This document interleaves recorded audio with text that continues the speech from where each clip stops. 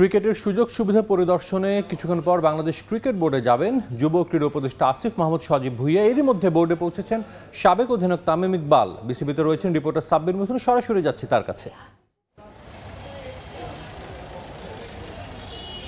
এই মুহূর্তে আমি অবস্থান করছি বিসিবিতে, যেখানে আজ একটা ব্যস্ত দিন এবং যেমনটা আপনি দেখছেন এই মুহূর্তেই অন্তর্বর্তীকালীন সরকারের ক্রীড়া মন্ত্রণালয়ের যে উনি উপদেষ্টা আসিফ মাহমুদ সজীব ভুঁইয়া, তিনি কিন্তু বিসিবিতে প্রবেশ করেছেন। তার পূর্ব নির্ধারিত এই কর্মসূচির অংশ হিসেবে তিনি আজ বিসিবিতে পরিদর্শনের কাজে এসেছেন এবং যেমনটা আপনারা জানেন যে টালমাটাল অবস্থা, সেই টালমাটাল অবস্থার মাঝেই আসলে বিসিবির ভবিষ্যৎ কি হবে তা নিয়েও কিন্তু অনেক প্রশ্ন এবং গুঞ্জন রয়েছে। তার মাঝেই এই অন্তর্বর্তীকালীন সরকারের প্রধান যে উপদেষ্টা ক্রীড়া মন্ত্রণালয়, তাকে কিন্তু স্বাগত জানাতে অনেকে এখানে উপস্থিত রয়েছেন।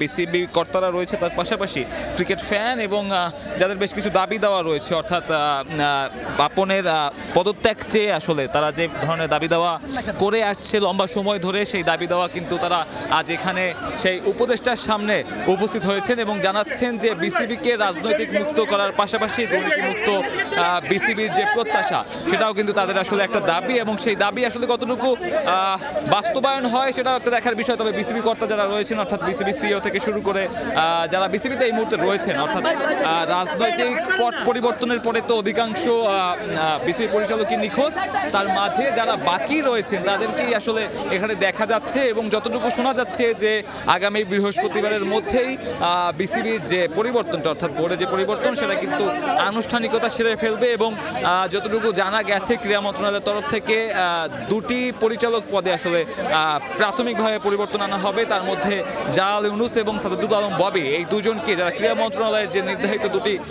কোটার পদে ছিল, সেই দুজনকে সরিয়ে দিয়ে নাজমুল আবেদিন ফাহিম এবং ফারুক আহমেদকে আনা হবে এবং সেখান থেকেই আসলে বিসিবি সভাপতি, যেখানে সবচেয়ে বেশি দৌড়ে এগিয়ে ফারুক আহমেদ, সাবেক প্রধান নির্বাচক, সেই ফারুক আহমেদকে হয়তো প্রধান নির্বাচক যিনি সাবেক আর কি, তাকে হয়তো দেখা যাবে বিসিবির নতুন সভাপতির পদে। এবং তেমনটা হলে কিন্তু আসলে বিসিবির যে একটা পরিবর্তন, সেই পরিবর্তনটাও আসলে রূপরেখা পাবে। তবে এখানে যেমনটা দেখছেন অনেক উৎসুক জনতার পাশাপাশি বিসিবি কর্তাদের যে ভিড় রয়েছে, সব মিলিয়ে আসিফ মাহমুদ সজীব ভুঁইয়াকে বরণ করে নেওয়ার জন্য এখানে আসলে একটা জটলার মতন তৈরি হয়েছে। সেই জটলাতে আসলে গণমাধ্যম কর্মীরাও ভুক্তভোগী। তবে সব মিলিয়ে যেটা বলতে চাই যে যতটুকু শোনা যাচ্ছে এরই মধ্যে বিসিবির নতুন সভাপতি কে হবেন সে বিষয়ে সিদ্ধান্ত নেওয়া হয়েছে। বিসিবির যে পরিচালকরা রয়েছেন, যারা দেশে রয়েছেন, তাদের ভোটেই আসলে নির্বাচিত করা হবে এবং তারা যদি ক্রীড়া মন্ত্রণালয়ের সেই পরামর্শ, অর্থাৎ ক্রীড়া মন্ত্রণালয়ের পছন্দের পরবর্তী সভাপতিকে তারা